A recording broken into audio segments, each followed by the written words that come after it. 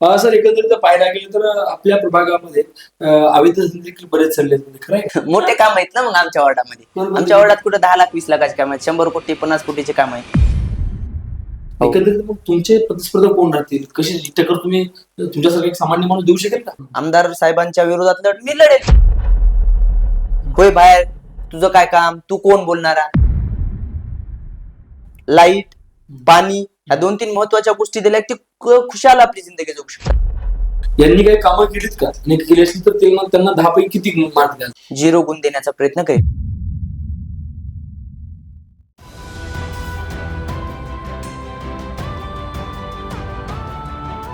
नमस्कार, मी गणेश शिंदे. आपल्या सर्वांचं युवराज्य न्यूज लाईव्ह मध्ये मनपूर्वक स्वागत.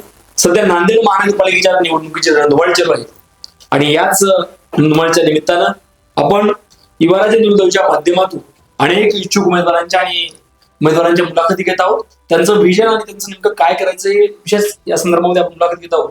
तर आज आपल्या स्टुडिओमध्ये आहेत प्रभाग क्रमांक 1 म्हणजेच तरोडा खुर्दचे इच्छुक उमेदवार. त्यांची जर एकंदरीत ओळख जर पाहायला गेलं तर त्यांचं नाव करण साहेबराव कल्याणकर आणि त्यांची राजकीय जी पार्श्वभूमी आहे ते सध्या राष्ट्रवादी काँग्रेस पार्टी म्हणजे अजितदादा गटामध्ये काम करतात. त्यासोबत त्यांची आजी देखील उपसरपंच होते, त्यानंतर वडील ग्रामपंचायत सदस्य होते आणि हे प्रभाग क्रमांक 1 जे आहे ग्रामपंचायत मध्ये असताना देखील त्यांचं एकंदरीत खूप चांगलं काम होतं आणि त्यांच्या माध्यमातून देखील खूप चांगल्या प्रकारचं काम करतात. त्यांचं वैयक्तिक म्हटलं तर वृक्षारोपण असेल, आरोग्य शिबिर असेल, शैक्षणिक विविध उपक्रम असतील आणि त्याचसोबत प्रभागामध्ये काही अडीअडचणींची काही कामं असतात या कामाकडे देखील विशेष लक्ष देऊन ते कामं सोडवण्याचं काम करणारे हे करण साहेबराव कल्याणकर हे आहेत. साहेब नमस्कार. नमस्कार. करणराव, एकंदरीत जर पाहायला गेलं तर आपण फार कमी वयामध्ये राजकारणात यावंसं आपल्याला वाटतं. आपल्याला जरी थोडी राजकीय पार्श्वभूमी जरी असली तरी सुरुवातीलाच आपण राष्ट्रवादीकडूनच का आणि राजकारणात प्रवेश कसा झाला, काय समजा? नमस्कार, मी करण साहेबराव कल्याणकर. जसा यांनी परिचय दिलेलाच आहे माझा. माझे वडील साहेबराव कल्याणकर हे खूप आधीपासून त्यांना समाजकार्य करण्याची खूप आवड होती. समजा आमच्या गावामध्ये पाहिलं कोणाचं लग्न समारंभ असो किंवा छोटे छोटे कोणते पण जे घराण्यातले कार्यक्रम असतात त्या प्रत्येक कार्यक्रमामध्ये ते हजर असायचे. तर मग ते सोबत जाता जाता मला घेऊन जायचे. तर मग मला घेऊन गेल्यावर मी पाहायचं वडिलांना सगळे चांगले बोलतात, मान देतात, बसा, हे करा, थांबा. तर मग मला एक कळालं की बाप्पा आपण काही कोणासाठी चांगले केले की आपल्याला लोक एक रिस्पेक्ट देतात. तर ती रिस्पेक्ट म्हणजे मला खूप अभिमान वाटायचा की अरे माझ्या वडिलांना 4 चौघ चांगलं बोलतात. का बोलतात ते मग हळूहळू मला कळायला लागले की त्यांचं काम त्यांनी जे समाजासाठी कामं केलेली आहेत छोटे छोटे, त्या कामामुळे त्यांना एक समाजामध्ये प्रतिष्ठा आणि इज्जत मिळत आहे. तर मग ती मला मिळावी, माझ्या वडिलांसारखं मला पण चांगलं म्हणावं, यासाठी मी लहानपणापासूनच माझ्या मित्रांचा जे छोटासा ग्रुप होता त्यांचे कामं करत गेलो. समजा काही पण असो, त्यांचे छोटे मोठे शाळेमधले काय असणार आहेत कामं, समजा काही झालं तंटावाद काय झाला त्याच्यासोबत जाणं सोडवणं, किंवा त्यांना काही थोडीफार पैशाची गरज पडली, मी पण गरीबच आहे पण 5-10 रुपये तेव्हाची किती मोठी गोष्ट, 5 रुपये 10 रुपये एकूण एकाला देणं, छोटे छोटे मदत करून माझा एक ग्रुप तयार झाला मित्रांचा, जे बराच मोठा झाला. मग 10वी पर्यंत आमचा ग्रुप मोठा झाल्याच्या नंतर 11वी-12वीला पण ते ग्रुप तसाच कॉन्स्टंट राहिला. त्यामुळे आमचे बरेच कामं होत आले. मग शिबिर घेणं, रक्तदान किंवा सामाजिक उपक्रमामध्ये झाडे लावा. त्यानंतर मग कॉलेजचं जे युआरचं इलेक्शन असते त्या इलेक्शन मध्ये पहिल्यांदा मी भाग घेतला. कॉलेजच्या सहभाग घेतला, पण मी स्वतः उभं टाकलो. तेव्हा आमच्याकडून म्हणजे आम्ही कमी वयाच्या डिग्रीच्या विद्यार्थ्याला, 3rd इयरच्या फायनल इयरच्या विद्यार्थ्याला उभं करत गेले. तर ते जवळून पाहिलं, त्यांच्यासोबत राहिलो, तर मला कळालं की बाप्पा समाजकार्य करत करत हे राजकारण पण असतं. तर ह्या 2 गोष्टी म्हणजे तेव्हा लक्षात आल्या कॉलेज टाइमला. तर मग कुठंतरी राजकारणात एक एंट्री घेण्यासाठी मी वडिलांचं एक इलेक्शन खूप जवळून पाहिलं. ग्रामपंचायतचं तर झालंच, ते तेव्हा मला समजत नव्हतं, पण नगर परिषद पूर्णेला माझ्या वडिलांनी लढवली. पूर्णेला आमच्या शेतीमुळे पूर्णेला सहभाग वाढला होता, तर वडिलांनी पूर्णेला नगर परिषद लढवली आणि ती मी जवळून पाहिली. तर ते पाहिल्याच्या नंतर मला कळालं की राजकारण कसं करायचं, इलेक्शन कसं लढवायचं, याचा अनुभव आला. आणि नंतर मला पण वाटलं की मी करू शकेल आणि मला जनसेवा करायसाठीच राजकारणात यायचंय. मला असं नाही की 10% 20% घेऊन आता तुम्हाला तर माहितीच आहे कॉन्ट्रॅक्टर हे वगैरे कामं देणं, गुत्ते देणं, 5%, 10%, 17%, आता आपल्या वार्डात 20%चा भाव आहे. तसं आपल्याला काहीच करायचं नाही. आता मोठे काम आहेत ना मग आमच्या वॉर्डामध्ये. आमच्या वॉर्डात कुठे 10 लाख 20 लाखाचे काम आहेत, 100 कोटी 50 कोटीचे काम आहेत. 100 कोटी येतात आमच्या वॉर्डामध्ये. वार्ड हे जगातलं सर्वोत्कृष्ट वार्ड असेल. हो ना. मग काय काय कामं झाली त्याची काय? आले आता फंड आले, आता कामं तर झालीच असतील, पण दिसायसारखे काय कामं झाले नाही. रोडची धूळ वगैरे जशाल तशीच आहे. कामं कागदोपत्री खूप झालेत, बरं. पण लोकांच्या नजरात तर मला तर काही दिसत नाहीत. आता बाकीच्या लोकांना, त्यांच्या कार्यकर्त्यांना वगैरे कोणाला दिसत असतील तर ती वेगळी गोष्ट, पण वैयक्तिक मला तर दिसत नाहीत. कागदोपत्रीच कामं दिसली आतापर्यंत तर. बरं, नक्कीच तुमचा निर्णय फार चांगला आहे सर. त्यासोबत जर एकंदरीत पाहायला गेलं तर तुम्ही स्वतः निवडणूक का लढवायचा निर्णय घेतला, कारण की काय सांगायचं? मी स्वतः म्हणजे वडील निवडणूक वगैरे- हो, मी स्वतः याच्यासाठी निवडणूक लढवायचा प्रयत्न केला की आजकाल राजकारणामध्ये युवांना खूप कौल भेटायला आहे. लोकांच्या मनामध्ये वयस्कर माणसापैकी जे युवक आहेत त्यांच्याबद्दल पाहण्याचा दृष्टिकोन बदललेला आहे. लोक युवकांवर विश्वास करायलेत आता, कारण जे नवीन युवक आहेत यांना पैशाची काही देणं घेणं नसते. युवकांना फक्त काम करण्याची एक तडून तडफदार युवक जे असतात त्यांना काम करण्याची इच्छा असते, त्यांना पैशाचं वगैरे ही इच्छा नसते. आणि युवक हे आता वयस्कर माणसं, मुरब्बी माणसं काय असतात, त्यांना सगळं माहित होऊन गेलेलं राहते, त्याचं मन मरून गेलेले असतात. कोणाची समजा अडी अडचण आहे, काय केली सॉल्व नाही केली, त्याच्यात त्यांचं इंटरेस्टच नाही. त्या वयस्कर माणसांचा आणि मुरब्बी माणसांचा इंटरेस्ट थोडा दुसरीकडेच आहे.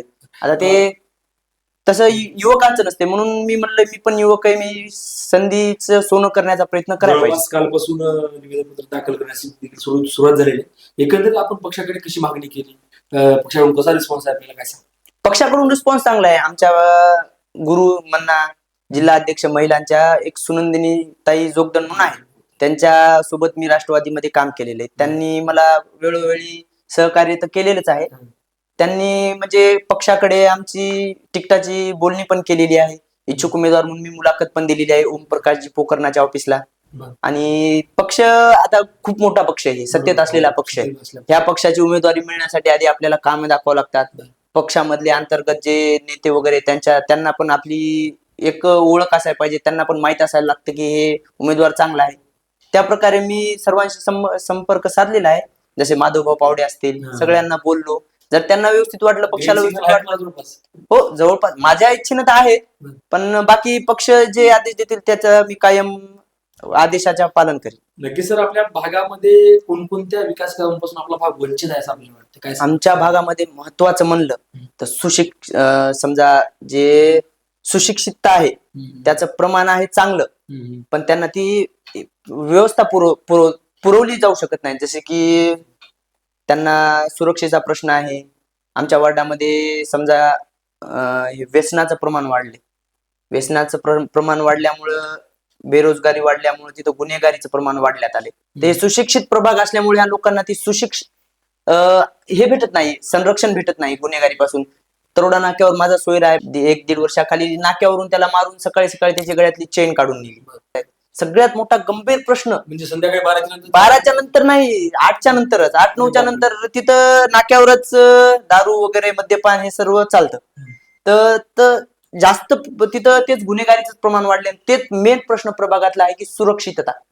सुशिक्षित लोकांना सुरक्षितता ही महत्वाची. बाकी काही गरज नाही हो तुम्हाला, ते तुम्ही आमच्या घरी पाणी भरा म्हणा येत नाहीत की काहीच म्हणत नाही. त्यांना आपण सुशिक्षितता, लाईट, पाणी या 2-3 महत्वाच्या गोष्टी दिल्या की खुशाल आपली जिंदगी जगू शकतात. पण आमच्या प्रभागामध्ये सुशिक्षितता नाही, ना कॅमेरे आहे, आपलं सुरक्षितता नाही, कॅमेरे नाहीत. कॅमेरे नसल्यामुळे गुन्हेगारीचं प्रमाण वाढले. आणि मेन सुरक्षा पाहिजे आम्हाला, सुरक्षा पाहिजे. सर, एकंदरीत पाहायला गेलं तर आपल्या प्रभागामध्ये अवैध धंदे देखील बरेच चालले, खरं आहे? हो आहे ना. अवैध धंदे म्हणजे मटका आहे, पुन्हा तिकडे बरेच संरक्षण कोणाचं आहे? संरक्षण तर खुलेआम आता हे चालतंय खुलेआम. अजून संरक्षण कुणाचे तिथपर्यंत माझा हे जाऊ शकला नाही सरळ. पण असेल कुणाचं, राजकीय म्हणा, प्रशासकीय म्हणा, कुणाचं तरी संरक्षण असेल, आहे म्हणत नाही, असेल. काय संरक्षण नाही, आम्ही माझ्याप्रमाणे माझ्या ताकदीनं मी हे सर्व बंद करण्याचा प्रयत्न करेन, पण समूळ बंद हे कोणीच करू शकत नाही. याला पहिले जनतेने प्रतिसाद द्यायला पाहिजे. ह्या गोष्टीसाठी जनतेने जर आवाज उठवला तर सगळं बंद होईल. जनतेने पोलीस प्रशासनाला फोन करावं, सामाजिक कार्यकर्त्यांना फोन करून सुचवावं की बाबा इथं असा अवैध धंदा चालू आहे, ते बंद करण्याचा मी काम करण्याचा 100% प्रयत्न करेन. एकंदर पाहायला गेलं तर करणराव आपली टक्करी फार तो भाग जो आहे तो चांगल्या माणसाचा आहे. म्हणजे मला वाटतं आमदार साहेबांचा देखील त्या ठिकाणी पुत्र निवडणूक बरोबर. एकंदरीत मग तुमचे प्रतिस्पर्धा कोण राहतील, कशी टक्कर तुम्ही तुमच्यासारखा एक सामान्य माणूस देऊ शकेल का? मी तर पहिले राष्ट्रवादी काँग्रेस पार्टी तर उमेदवारी मागितलेली आहे, ती ओबीसी मधून मागितलेली आहे. तर माझा डायरेक्ट आमदारासोबत विरोध होणार नाही, आणि जरी मला पक्षाने आदेश दिले सर्वसाधारण मध्ये लढ, आमदार साहेबांच्या विरोधात लढ, मी लढेल. माझं काम त्यांचं काम चांगलं असेल, जनतांनी त्यांना चांगलं समजत असेल, त्यांच्या मुलाला चांगलं समजत असतील, जनता निवडून देईल. माझं काम कमी आहे, माझं काम लोकांपर्यंत मी पोहोचवण्याचा प्रयत्न करेल. लोकांना जर चांगलं वाटलं तर मला निवडून देतील, त्याच्यामध्ये काही हे नाही. जे काही नगरसेवक तुमच्या प्रभागातले 4 उमेदवार जे होते कडचे, यांनी काही कामं केलीत का? आणि केली असली तर त्यांना 10 पैकी किती मार्क द्याल तुम्ही? म्हणजे कशा प्रकारे कामं केली? नाही, याच्या आधीचे जे नगरसेवक होते त्यांनी काम करण्याचा प्रयत्न केला, चांगल्या प्रकारे काम करण्याचा प्रयत्न केला, पण गावामध्ये एक लाईटची समस्या ते सॉल्व्ह करू शकले नाही, एक डिप्पी टाकू शकले नाही, कारण लोक जागा देत नव्हते, असे तसे कारण येत आहेत समोर. पण गावातल्या लाईटचा प्रश्न सॉल्व्ह करू शकले नाही. त्यानंतर गावात माझ्याच घराच्या थोडं मागं शिवराय पार्क म्हणून एक कंपाऊंड आहे, तिथंच लोक कचरा टाकतात, ते कचऱ्याचं व्यवस्थापन करू शकले नाही. ह्या 2 गोष्टीसाठी मी त्यांना झिरो गुण देण्याचा प्रयत्न करेल. पण बाकी ठिकाणी ते ऍक्टिव्ह होते, ते त्यांच्या प्रकारे त्यांनी कामं केलेले आहे. ह्या 2 गोष्टीमध्ये ते करू शकले नाही. त्यासोबतच आपण सांगितलं की बऱ्याच मोर्चामध्ये सक्रिय होतात, बरेच उपक्रम देखील राबवतात. तर नेमकी काय काय कामं करतात आपल्याला? सर, मी पूर्णा तालुक्यामध्ये प्रथमतः याच्यासाठी बसलो होतो, आंदोलनासाठी बसलो होतो, मराठा समाजाला आरक्षण भेटावं ह्या संदर्भात. माझे वडील पण बसले होते. त्यानंतर जेवढे पण मुक मोर्चे झाले, पहिले कोपर्डी प्रकरण झालं होतं, तुम्हाला माहित असेल, त्या प्रकरणावरून मोर्चे झाले होते. त्या सर्व 57 मोर्चांना मी स्वतः जाऊन तिथं सक्रिय सहभाग घेतला होता. त्यानंतर पूर्णेमध्ये बंदचं आव्हान केलं होतं. त्यानंतर पहिले मुक मोर्चे झाले, त्याच्यानंतर ठोक मोर्चे करणार, असं करणार वगैरे चालू होतं. तर पूर्णा तालुक्यामध्ये बंदचं आव्हान करणारे माझे वडील होते, त्यांच्यासोबत मी सक्रिय काम केलेलं आहे. त्यानंतर नांदेडमध्ये पण जे मोर्चे झालेले, त्या प्रत्येक मोर्चाला मी येऊन स्वतः उपस्थित राहिलेलो आहे, आणि म्हणजे स्वतः उपोषण पण केलेले आहे समाजासाठी. एकंदरीत जर आपल्याला तुमच्या पक्षानं तिकीट दिलं, आपल्याला गुलालही लागला, तर आपल्याकडं विकासाचं विजन काय असेल? सर्वप्रथम काम मी हे करेल, जे आमच्या प्रभागामध्ये सीसीटीव्ही नाहीत, त्या सीसीटीव्ही साठी प्रयत्न करेल. 1-2 लाईट साठी प्रयत्न करेल. आणि नवीन विस्तारित कॉलनी आमच्या इकडे सगळ्यात जास्त आहेत बघा. विस्तारित कॉलनी आहेत, त्यांच्यामुळे त्यांचे पूर्ण कामं झालेली नाहीत. रोड असो, चेंबर असो, नाली असो, ते पूर्ण करण्याचा प्रयत्न करेल. आणि त्यानंतर सगळ्यात महत्वाचं, जे नगरसेवकाचा प्रश्नच नाही, मुळात हे प्रश्न हाय लेवलचा आहे, जे की मला मुळातून मांडा वाटतो, की सुशिक्षित तरुणांची बेरोजगारी ही आमच्या प्रभागात खूप जास्त आहे सर. सुशिक्षित डिप्लोमा डिग्री केलेले खूप जण आहेत, पण त्यांना जॉब लागत नाही आपल्या ठिकाणी. 10,000 5,000 त्यांना जॉब करा वाटत नाही, आणि चांगला जॉब भेटत नाही. त्यामुळे ते व्यसनाधींकडे वळतात, गांजा पितात, दारू पितात टाइम काढण्यासाठी, आणि त्यातून गुन्हेगारी घडत जाते. तर सुशिक्षित तरुण असा वायाच जात आहे आमच्या इकडे. तर त्यांच्यासाठी, बेरोजगारी दूर करण्यासाठी मी काहीतरी करायचा प्रयत्न करायचा आहे मला, आणि म्हणूनच मी त्याच गोष्टीसाठी जास्त सक्रिय राहील. बरं, जर आपल्याला पक्षाने तिकीट दिलं तर आपल्याकडे विजयासाठी काय नियोजन आहे आपलं?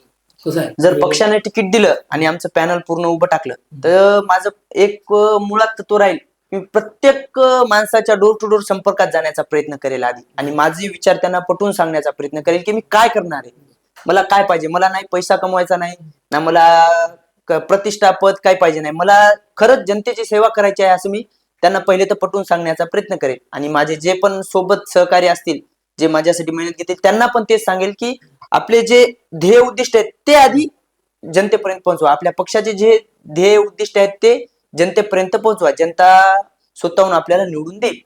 नक्कीच. कल्याणकर, आपण बोलत असताना बऱ्याच वेळेस या ज्या मागेल्या निवडणुका झाल्या, या निवडणुकीमध्ये बऱ्याच युवकांना संधी देखील मिळाली. एकंदरीत आपल्याला देखील संधी मिळावी.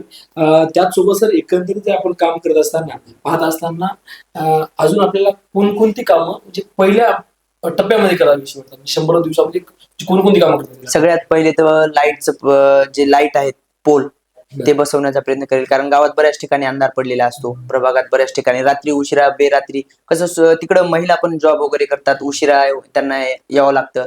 तर पहिले लाईटची व्यवस्था करेल, आणि दुसरी त्यांच्या सुरक्षेची व्यवस्था करेल, सीसीटीव्ही बसवण्याचा प्रयत्न करेल. हे 2 काम सर्वात प्रथम मी 100 दिवसात करण्याचा प्रयत्न करेल, सीसीटीव्ही आणि लाईट. आपल्याला राष्ट्रवादीच का आणि नगरसेवक का व्हायचं, हे 2 गोष्टी? राष्ट्रवादीच का म्हणलं तर हे प्रश्न खूप सोपा आहे सर. राष्ट्रवादी हे खरंच जनसामान्याचा पक्ष आहे. अजितदादा असतील, प्रतापराव पाटील चिखलीकर साहेब असतील, हे कार्यकर्त्यांना मोठं करणारं व्यक्तिमत्व आहेत. प्रतापराव पाटील चिखलीकर नांदेडमध्ये सर्वांना माहित आहे, हे छोट्या कार्यकर्त्यांना पण मोठं करण्याचं ध्येय ठेवतात. आणि म्हणून मी राष्ट्रवादी प्रताप पाटील चिखलीकर आणि माननीय अजितदादा साहेब यांच्यासाठी राष्ट्रवादी हे पक्ष निवडलेला आहे. आणि आता नगरसेवक काय व्हायचं? नगरसेवक जनतेची कामं करण्यासाठी व्हायले, कारण सत्तेत असताल तर आपण जनसेवा करू शकताल. जर मी नगरसेवक असेल तर काही पॉवर्स मला पण मिळतील, जसं की फंड आणण्याची शक्ती असेल किंवा चार चौघ माझ्या शब्दाला किंमत देतील, अधिकारी असतील किंवा प्रशासन असेल, मी भांडू शकेल. समजा आडी अडचण माझ्या गावातल्या एखाद्या व्यक्तीला पोलीस स्टेशनचं काम पडलं आणि मी एक साधाच व्यक्ती आहे आणि मला खूप धडपड आहे की मी त्याचं काम करावं, आणि मी तिथं जाऊन त्यांना बोलण्याचा प्रयत्न केला तर माझं नाही ऐकणार, ते मला धुडकून लावतील. आणि झालेलं आहे, होय बाहेर तुझं काय काम, तू कोण बोलणारा. पण एक जनप्रतिनिधी म्हणून जर तिथं जाऊन मी बोलत तर माझ्या बोलण्याला महत्व राहील, ते ऐकतील, जे आहे ते ऐकतील. आणि ह्या गोष्टीसाठी मला जनप्रतिनिधी होणं गरजेचं आहे. नक्कीच खरं तुमच्यासारखे असंख्य उमेदवार देखील वार्ड क्रमांकमध्ये इच्छुक आहेत, उमेदवार देखील होते, परंतु लोकांनी तुम्हालाच का मतदान करावं, तुमच्यावरच काय विशेष ठेवा या संदर्भात? आता लोकांचे पाहण्याचा जे दृष्टिकोन आहे सर्वांकडे पहिले सारखाच असेल, तर ते चेंज करण्यासाठी मी माझे जे ध्येय उद्दिष्ट आहेत ते जनतेला सांगितलेले आहेत. आणि जनतेने मलाच का करावं याचं सगळ्यात मेन उत्तर मी देतो. मी काय धन बलाढ्य नाही, मी किरायानं, माझं गाव असून मी किरायाने राहतो, कारण आम्हाला जागा कमी पडते. माझं गाव असून मी किरायाने राहतो, मला जागा कमी पडते. मला काय याच्यात पैसे कमवायचे नाहीत, कारण दिसतंय लोकांना उद्या मी 2 पैसे कमवल्या ओळखू येईल. कारण हे पहिले काय होता नंतर काय होता हे लगेच लक्षात येईल. पण तुम्ही जे पण तुमचे मोठे लोक आहेत त्यांना तुम्ही मतदान करून निवडून देताल, ते उद्या तुम्हाला तेवढा टाइम देऊ शकत नाहीत, कारण ते त्यांचे काम करण्यामध्ये खूप व्यस्त आहेत, कारण त्यांना जास्त लोड आहे. मला काहीच दुसरं काम नाही, जनसेवा करण्याचे हेच माझं प्रथम ध्येय आहे आणि हेच करायचं आहे, म्हणून मला जनतेने निवडून देण्याचा प्रयत्न करावा. नक्कीच सर, आता एक संपूर्ण प्रभाग क्रमांक 1 मधील जनतेला काय आव्हान कराल, काय सांगा चॅनलच्या माध्यमातून? जनता तर सध्या राजाच आहे. आपले संविधानाने दिलेल्या अधिकारानुसार जनता या प्रत्येक एक वोटचा अधिकार आहे त्यांना, आणि ते खूप महत्वाचा अधिकार आहे. जनतेला एवढंच सांगतो, तुमचं काम करणारा तुम्हाला वाटेल की बापा उद्या मी याच्या कानाला धरून काम करून घेऊ शकेल, अशा उमेदवाराला मतदान करा. सर्वांनी मतदान करा. मतदानाचं जे पर्सेंटेज आहे आपल्या नांदेडचं खूप कमी आहे, 55-60, ते वाढवण्याचा प्रयत्न करा आणि तुम्हाला जे योग्य उमेदवार वाटेल त्याला तुम्ही मतदान करा. धन्यवाद. हे होते करण साहेबराव कल्याणकर. एकंदरीत आपण त्यांची संवाद साधला. खरंच त्यांच्या कामामध्ये काम करण्याची प्रचंड तळमळ देखील दिसते. त्यांना आपल्या युवराजीकडून खूप शुभेच्छा. धन्यवाद. यासारख्या असंख्य मुलाखत पाहण्यासाठी राजमुद्रा चॅनल नक्की पहा. धन्यवाद.